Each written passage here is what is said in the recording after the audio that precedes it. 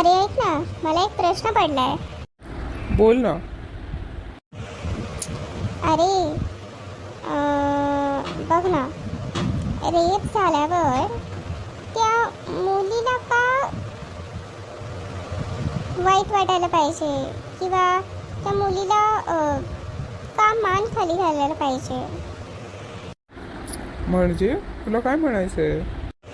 अरे म्हणजे जिच्यावर बलात्कार झालाय तिची तर काही चुकी नसते ना, मग तिने मान का खाली घालायची? उलट ज्याने बलात्कार केलेला आहे, ज्याने रेप केलेला आहे, त्याला लाज वाटली पाहिजे की मी कोणावर तरी जबरदस्ती केली आहे, मी काहीतरी वाईट कृत्य केलं आहे. बरोबर ना? अरे हो रे, बरोबर बोललास तू. मग काय, पण या मुलींना कोण समजवणार? या मुली बलात्कार झाल्यावर आपली मान खाली घालून रडत बसतात नुसत्या.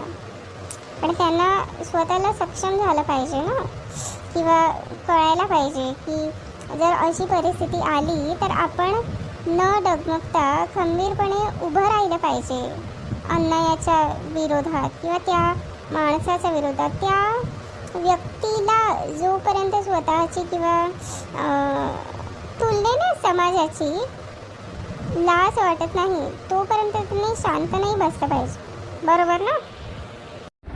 अरे हो ना, अगदी बरोबर बोललास तू. मग काय, हे आपल्याला ठणकावून सांगता यायला पाहिजे. म्हणजे मी जे बोललो ते सर्वांनी ऐकलं पाहिजे. याला म्हणतात इन्फ्लुएन्स.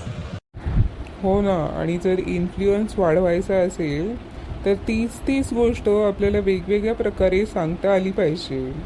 हो ना, म्हणजे तेच जर सारखं आपण लोकांपर्यंत पोहोचवत राहिलो तर एक दिवशी असं पण येईल, जर मी फक्त म्हटलं की तंबाखू खाणं वाईट आहे तर अक्षरशः सर्व दुकानं बंद झाली पाहिजे.